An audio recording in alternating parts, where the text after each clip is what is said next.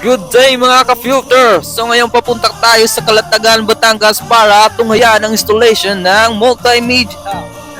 Cut! What's up mga ka-filter? Ayun na nga.